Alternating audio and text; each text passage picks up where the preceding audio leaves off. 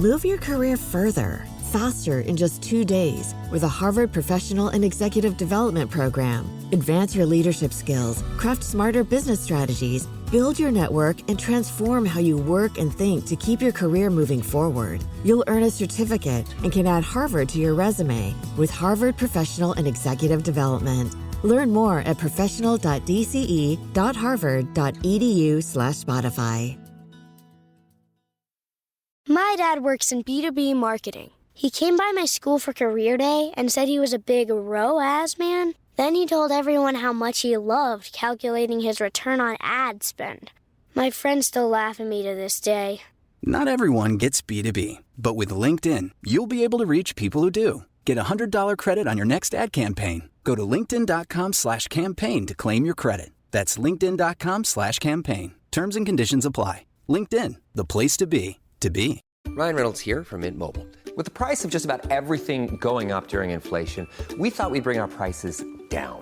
So to help us, we brought in a reverse auctioneer, which is apparently a thing. Mint Mobile Unlimited Premium Wireless. How to get 30, 30, bit to get 30, bit to get 20, 20, 20, bit to get 20, 20, bit to get 15, 15, 15, 15, just $15 a month? Sold! Give it a try at mintmobile.com/switch. $45 upfront payment equivalent to $15 per month. New customers on first 3-month plan only. Taxes and fees extra. Speed slower above 40 gigabytes. See detail.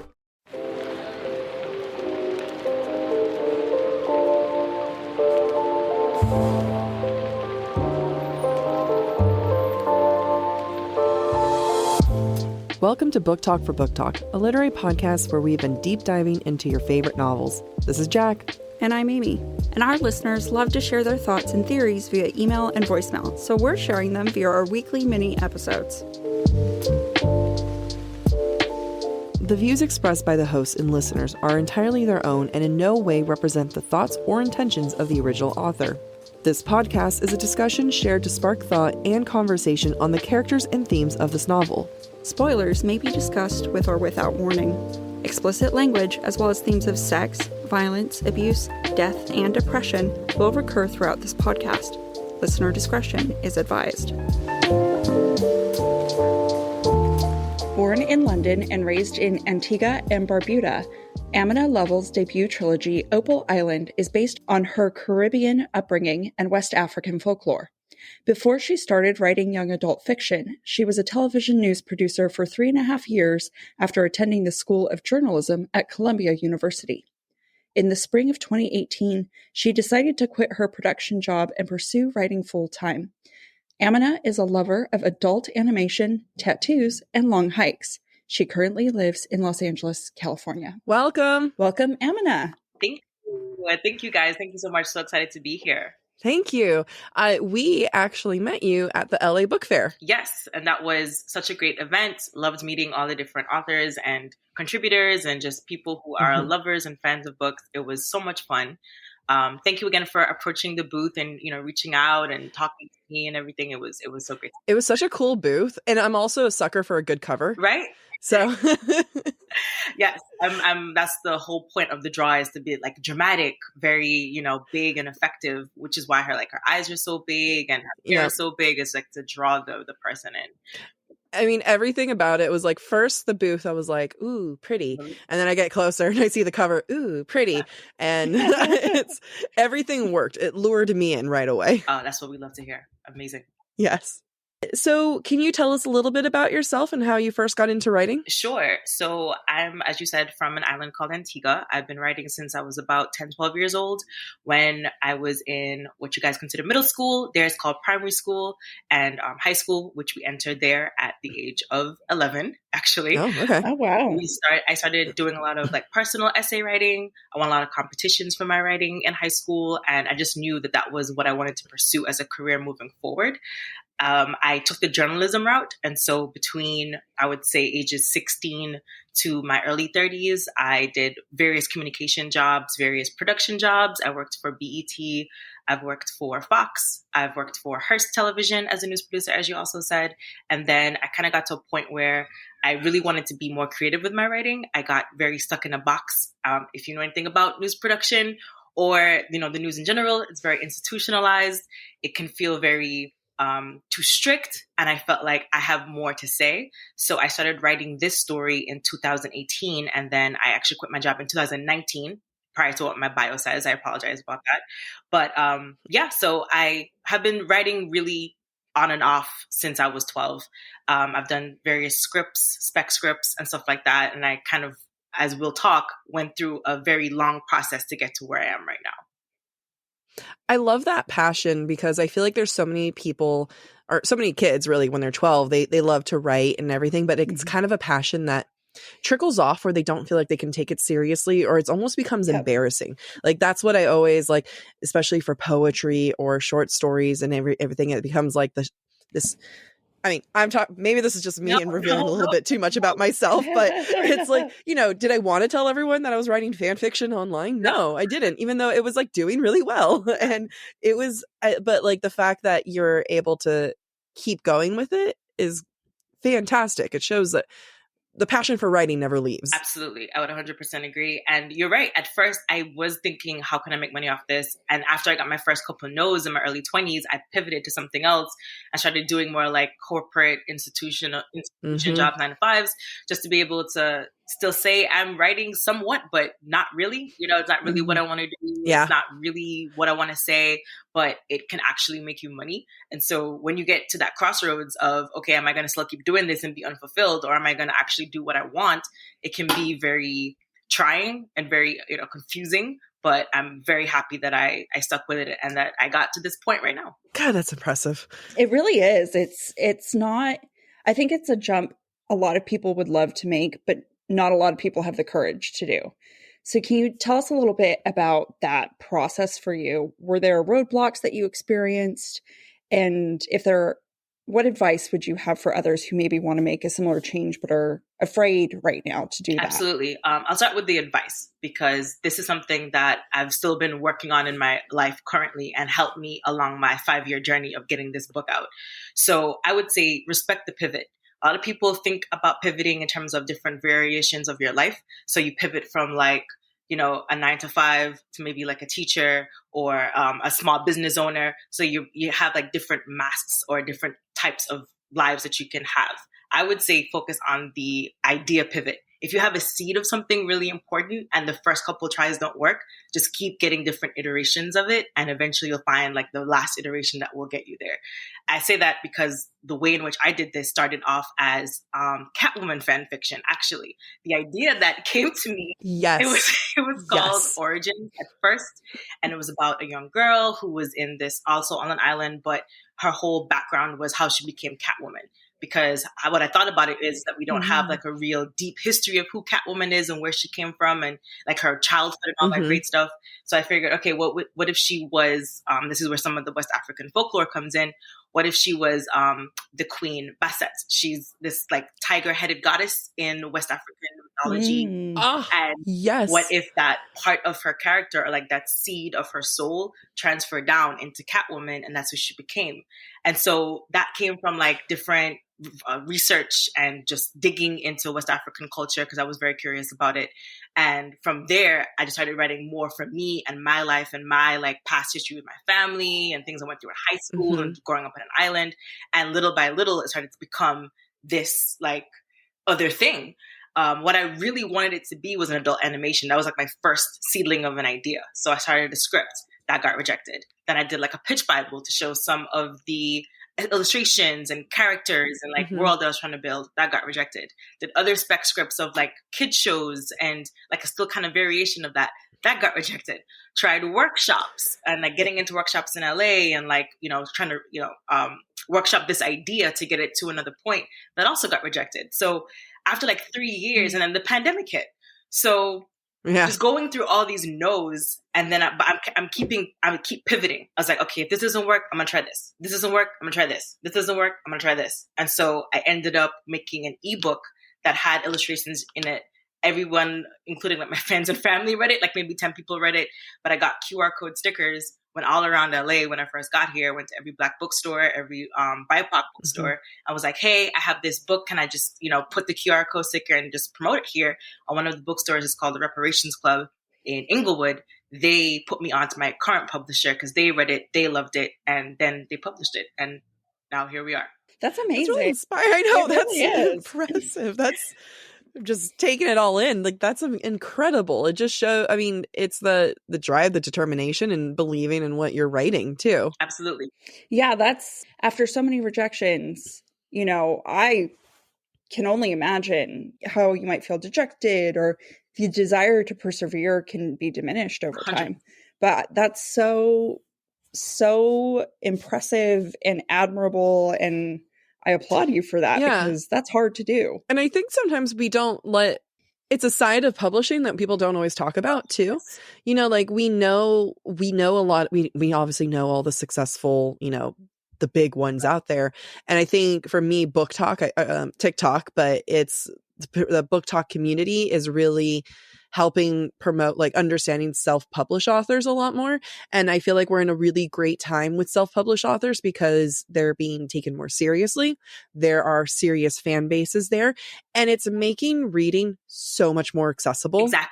Exactly. And that's another thing that I really actually appreciated about my journey, is that I never had to compromise my vision and my story. It's so important, so near and dear to me. A lot of it is very personal. And a lot of what I was getting the feedback from was like, it doesn't have a mainstream audience, or it's too niche or something. And I'm like, No. and I didn't want to take no for an answer. So I feel like Anthony Morrison said this: if there's a book that's in you or that you want to read that you have not read, that means you're supposed to write it.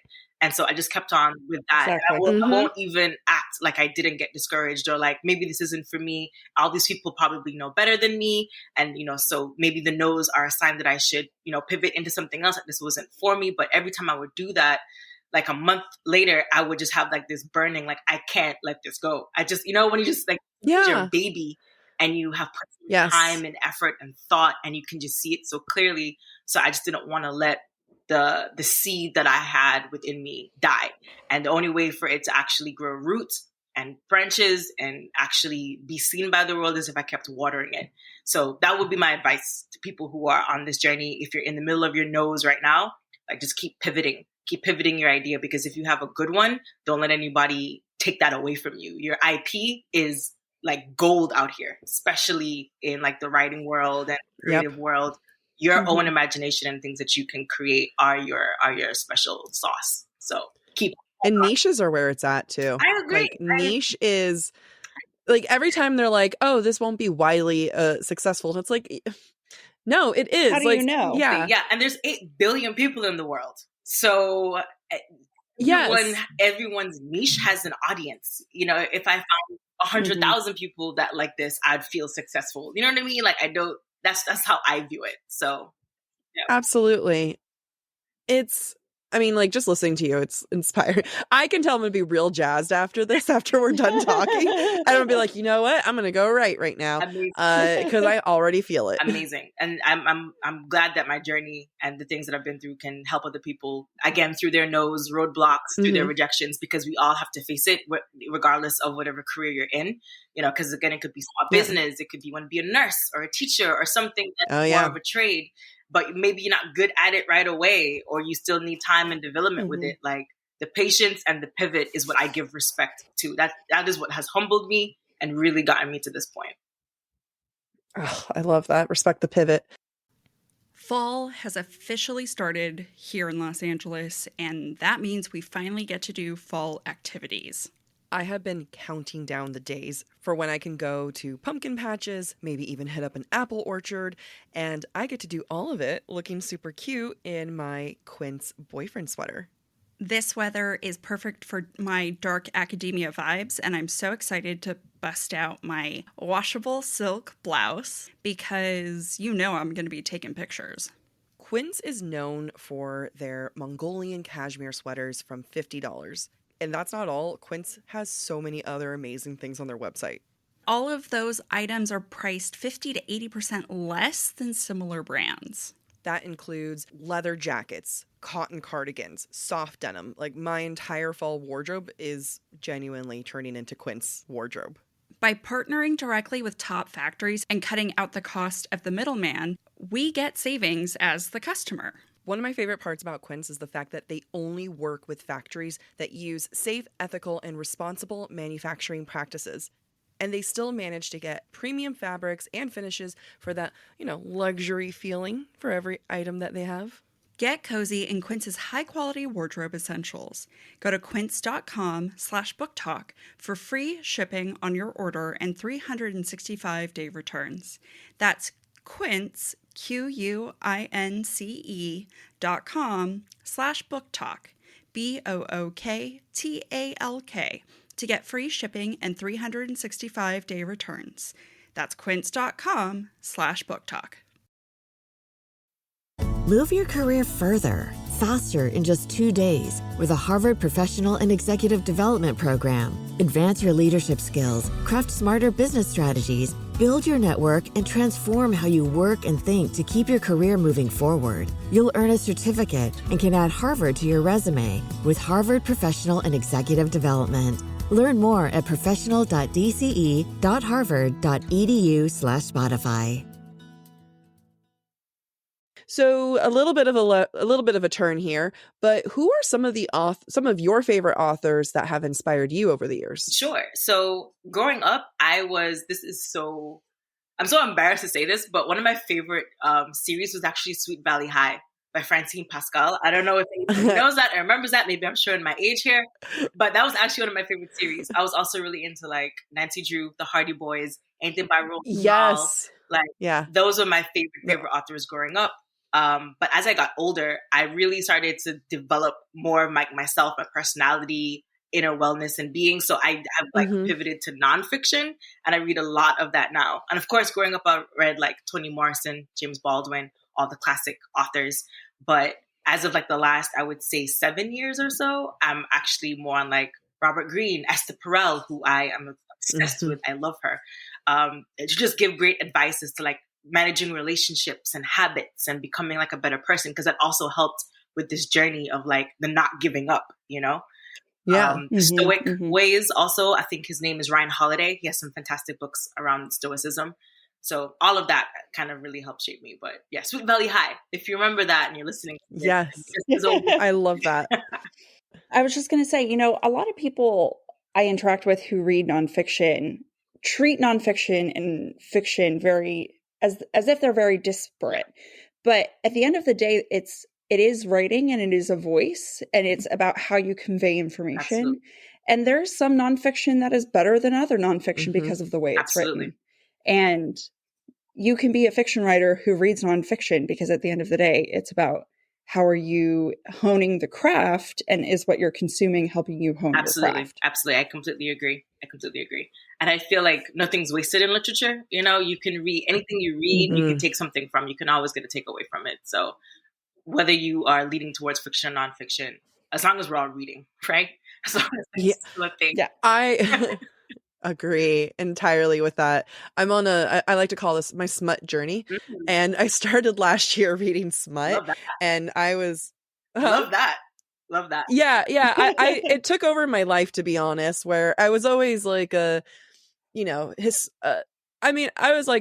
either hardcore fantasy or extremely pretentious. And that was just like my, and I'll own my pretentiousness. Like, I read every Jane Austen book. Like, yes, I'm that asshole, but it's also like, but I also read a lot of fantasy books, but I never like gave respect to the like romance genre. Yeah.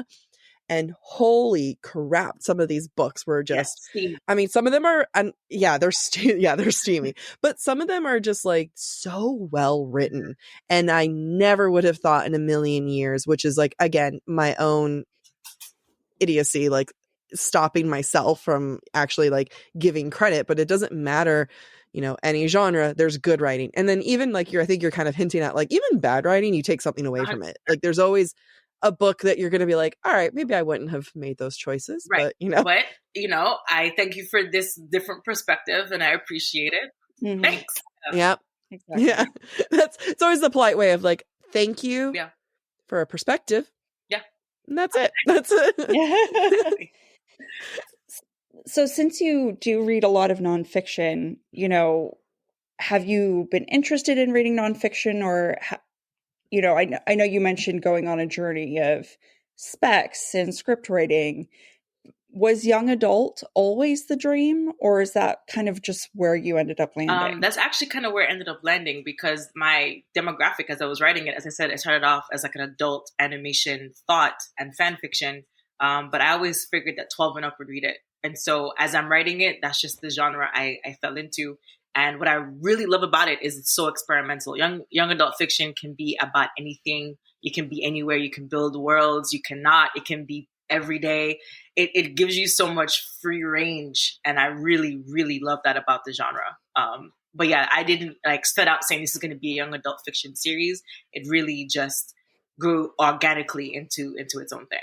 That's great. And I love that you, even though you started in adult animation, you didn't shy away from all the different options of what it could Absolutely. be until you found where the voice maybe was fit most. Absolutely. Yeah. As I said, I just wanted to get the story out there because it's taken on so many different iterations, but I really love the fact that I can have it in a book form because, again, it's kind of like experimental because as you guys have had it, it's a little short. It's like 88 pages. It is illustrated. It's black and white. So it's not really, it's a comic book length, but not a comic book design, like internally. Yeah. Like an illustrated book, but it's also kind of like a comic look to it because it's thinner. So all of that was intentional. I didn't want like a long read. I wanted to hook the reader with like short, concise writing, get like a quick story out, but also build a world and, kind of draw you into the characters and who they are so that we can build into book 2. So every book will build upon itself, obviously. And I think of it as like a quick hour 20 movie or something, you know what I mean? Like something that you dig into a weekend and feel like, oh my goodness, I can't wait to see what happens next.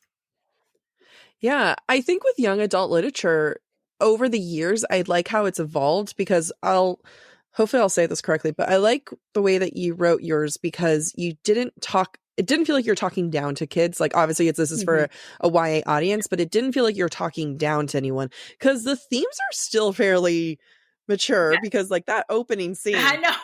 I was like, with the image and the drawing associated with it, I was like, all right, cool. But at the same time, it's, we're in this. But at the same time, it was very, like that's what happens. Like that's life. So it's, it's presented in a young adult package and it's welcoming like that, but you're not talking down to kids. And it's definitely changed from like how young adult as I knew it growing up and what I had and everything. And it makes me excited for the kids of today. I know, because they have such more like a perception of the world than I did at their age. They have so much at their fingertips.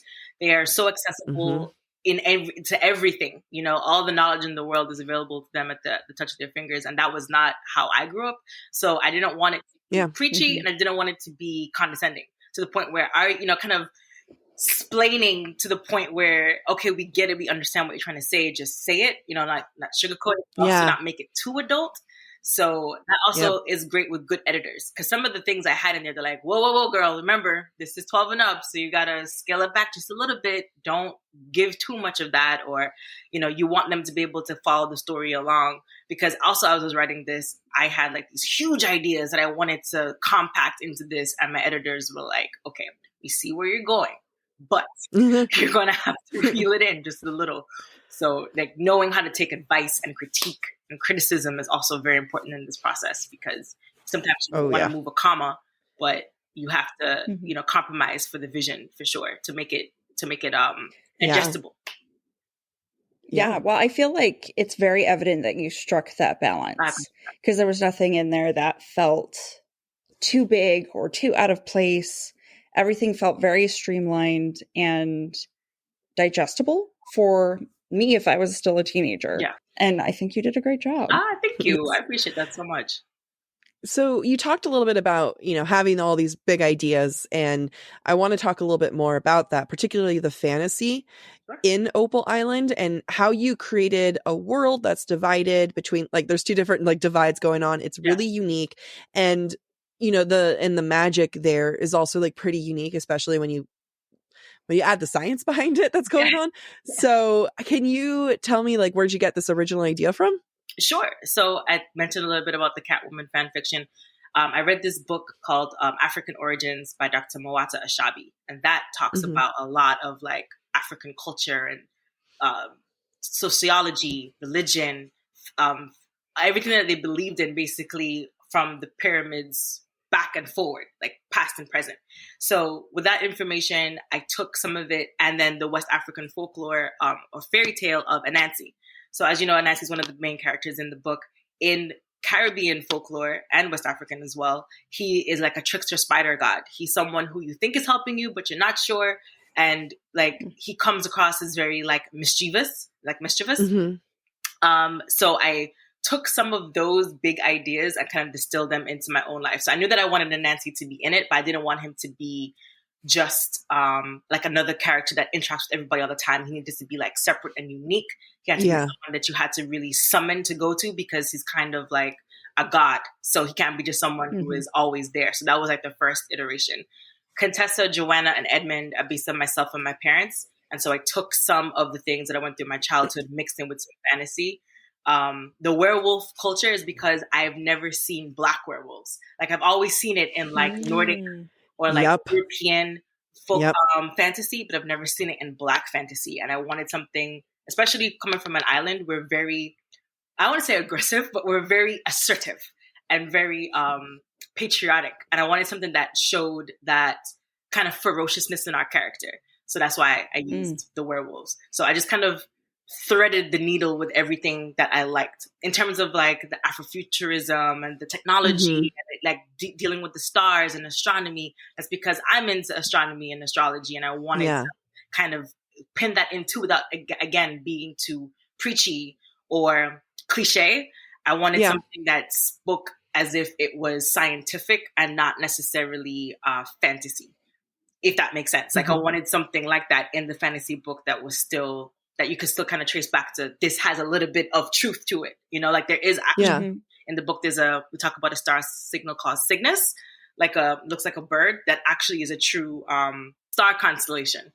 It's based on a real thing. So I took some of the things that are real in life and then just kind of blended them with my own imagination. So that's like the long answer to the question. No, I love it. But yeah, it's like little things that I like or researched or into or my life. I just threaded in with the fantasy and just kind of like co-created it. I love that. And you kind of answered the next question, which was like, what was the creative process to bring all this together? It was just basically, I like these things.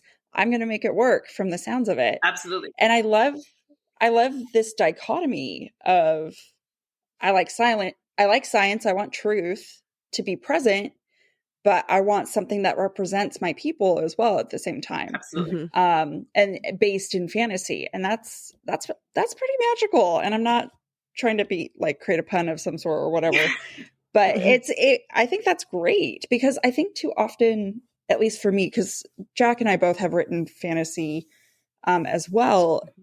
I get so bogged down by making sure it works. Yeah. Instead of being like, I like this and I'm just going to make it work. Yeah. Yeah. Because you are creating the world. It's literally like you're walking in, creating everything from scratch. Think of it like a Sims game. So whatever you say goes, you know, you create that world for yourself. Yeah.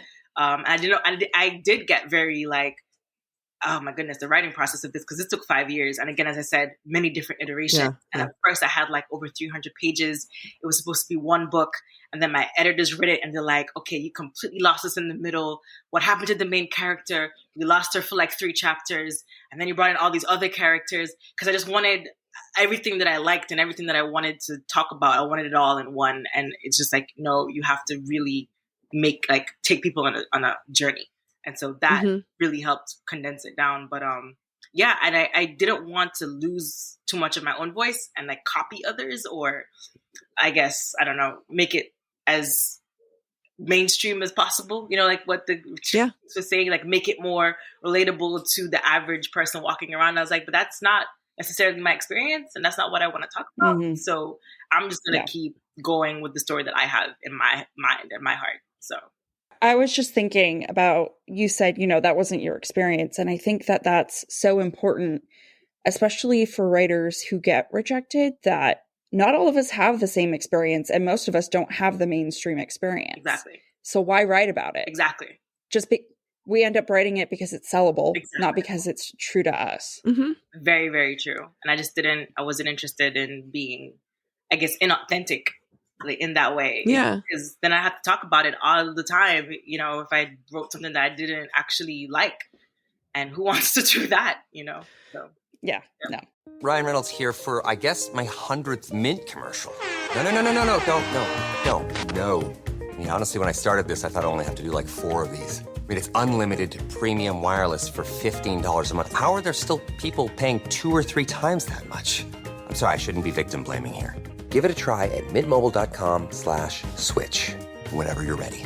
$45 upfront payment equivalent to $15 per month. New customers on first 3-month plan only. Taxes and fees extra. Speed slower above 40 gigabytes. See details. Yeah. I mean, and to kind of go more off of that, then the rest of the audience is really losing out on amazing storytelling. Yes. And on amazing cultures and different perspective. And, I'll say with Afrofuturism, which is one of the big themes in your book, it's not a theme that either Amy and I were exposed to in mainstream media when we were growing up with young adult, when we were growing up, we're not young adults now, obviously, but Afrofuturism is so important for all young adults to have as part of their everyday media consumption if we want to consider ourselves as an inclusive society. Mm-hmm. And just, again, wanting to be more aware of other cultures. And what are the takeaways you wish readers to have regarding Afrofuturism when they're reading Opal Island and other novels that also include this theme?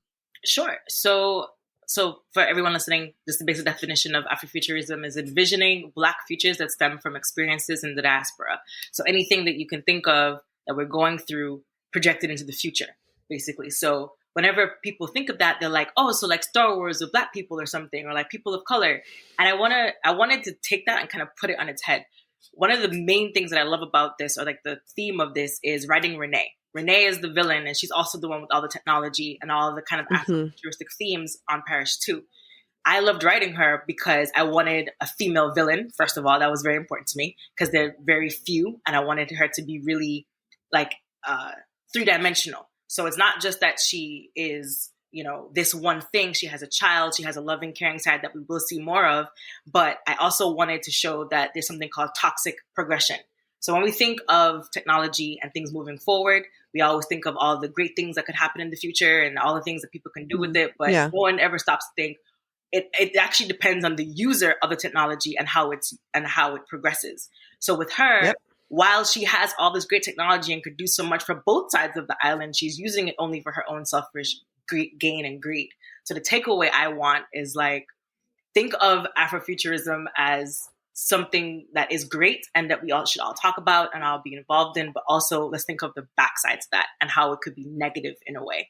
Because again, there's a lot of amazing books with, one of the ones that I love, his name is Tim Fielder. It's called Infinitum. It's very great. It talks about a man from AD ages, caveman ages, all the way into 2134, living in space, in AI, his journey from man to robot. It's incredible. But I wanted something that was a little different and was actually a little negative. And I only said that because we don't get a chance to be evil sometimes, like people of color. Whenever we're writing ourselves, we want us to have this amazing, beautiful facade of everything being great and wonderful. And I wanted 3-dimensional characters. So good, bad, ugly, in between, all of it. And so that's what I'm hoping people take away is that two things can be true at once. You can have the Parish 1, which is those fighters, and then Parish 2, who is incredibly toxic and selfish and greedy and just really out for themselves. Yeah. Yeah. Did you have? I'm we both have thoughts. We both have thoughts. I really, really respect this because first of all, you didn't hypersexualize your female villain, right? Which is something that we see in mainstream media. Yeah. So there's that, but there's also this idea. I love that you weren't afraid to say futurism can be bad. Mm-hmm. Women can be bad. A Black woman can be bad. Because you're right, we do, whether it's a Black author or an author of a different color, I think there's a lot of fear Yes. around making characters of color evil because that comes across as racism. Yes. Because human beings are one of everything. You know what I mean? Like if you just broaden and like zoom out a little bit, anybody can be evil. Anybody can be good, bad.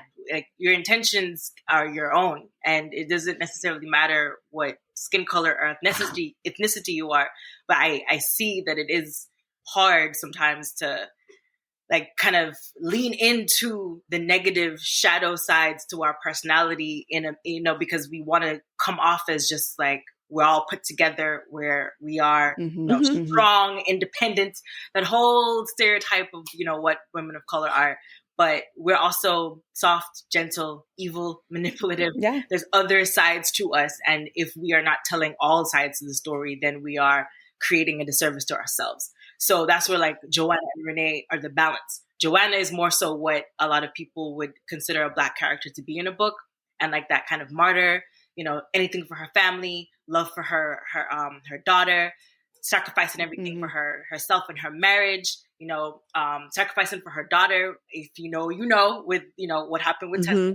Yeah. But in terms of Renee, it's a complete flip side. Selfish, greedy, manipulative, completely for herself, doesn't care about anybody else's feelings, only wants what's best for her immediate circle, and will sacrifice anything and anyone to get it. So again, two things can be true at once. Let's show both sides to who we are. And that's why I really wanted like a female Black villain.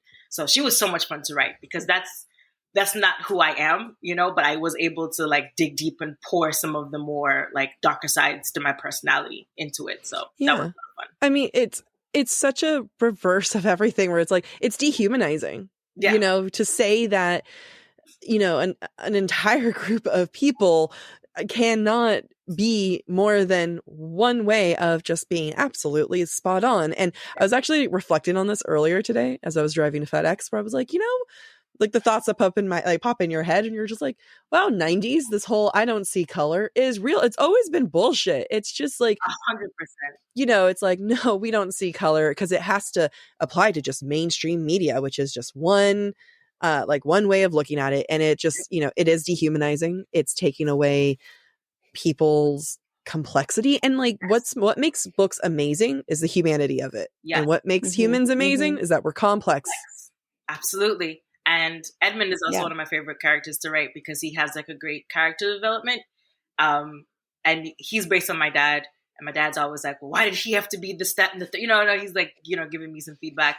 I was like, because of our relationship, that's genuine, and everything is authentic to that. The same thing with my mom, how I saw her sacrifice for me growing up. All of those things play a part into it. And I didn't want to just take it away because it's uncomfortable, or just not talk about it because it's not shiny and perfect. Like that's not how the world actually works. That's not how people's personalities actually are. So, yeah, exactly. I love that you have you have variety. And I do love that you have these two maternal figures who very different are very different. I'm sitting here in awe. That's all. That's all that comment was about. I appreciate you. We've been talking about Opal Island. It leaves off on a cliffhanger. What can we expect next? When can we expect it? Sure. Well, I'm in the process of writing it right now, and if everything goes well, we're hoping for October for like a late Halloween release. If not then it would be February of next year, which was like a year after my first book. So in October and February for sure. Look, I am just going to say, hopefully this helps at all, but my birthday is in October. So it's, I can tell Amy what I want for my birthday. And amazing. Yeah. Me personally rooting for October. Okay. Do you have any other additional projects that you're working on that are coming up, or things that you're excited about that you want to tell our listeners? Sure. So if you are in the Lansing, Michigan area, I will be there on June 10th at 3:30 at the Socialite Society bookstore. All the information is in my bio on my Instagram page, also on my Twitter page, also on my website, which is my first and last name.com. Also, I'm going to announce this probably next week when this actually airs. Yeah. I will be in Dallas, Texas on August the 5th. very excited about Nice. this. I'll have more information and more details coming soon, but I cannot wait. I'm hoping that that's going to be like a great turnout, and the Houston/Austin/Dallas-Fort Worth area will come out and support. So if you're in the Texas area on August 5th, please come see me. Please, everyone, go see. Oh, can you share your handles just in case anyone? Absolutely. Everything, everywhere is my first and last name. So Amina Lovell. So Amazing. at Amina Lovell on literally everything. Nice. Thank you. Wonderful. Of course. Well, thank you so much for your time, Amina. This was amazing. I'm so glad that we got to talk to you. You have such great perspective. Yeah. And it's just really humbling to do something that you've done, something I've wanted to do for years. And you went and did it. And despite the obstacles, and that's just beautiful. It really is. I appreciate you guys so much. This was so much fun. Thank you so much for having me. Thank you. And everyone, please go follow. And if you're in the Chicago or Dallas area, please go say hi for us. Absolutely. It's to you. We're telling our listeners, you guys go say hi to her. And, Was it Chicago or Michigan? Lansing, Michigan. But Chicago's like 2 hours away. So you're very close. Oh, wow. I'm just throwing cities left and right. It's close to Chicago, close to Detroit, close to Grand Rapids. So really, you're hitting a great area. So everyone in those areas, go.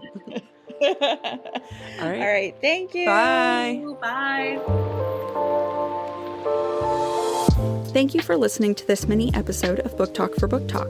We encourage you to rate and subscribe to our show on your preferred podcast listening platform. We would love to hear your thoughts based on today's conversation. You can submit your comments to our form at booktalkforbooktalk.com or via our Camflare voicemail system. Please visit booktalkforbooktalk.com for more information. You can also follow us on TikTok or Instagram at the handle Book Talk for Book Talk. Bye!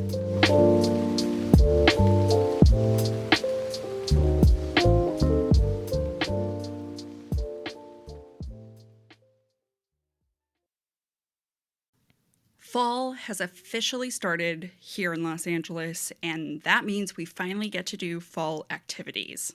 I have been counting down the days for when I can go to pumpkin patches, maybe even hit up an apple orchard, and I get to do all of it looking super cute in my Quince boyfriend sweater.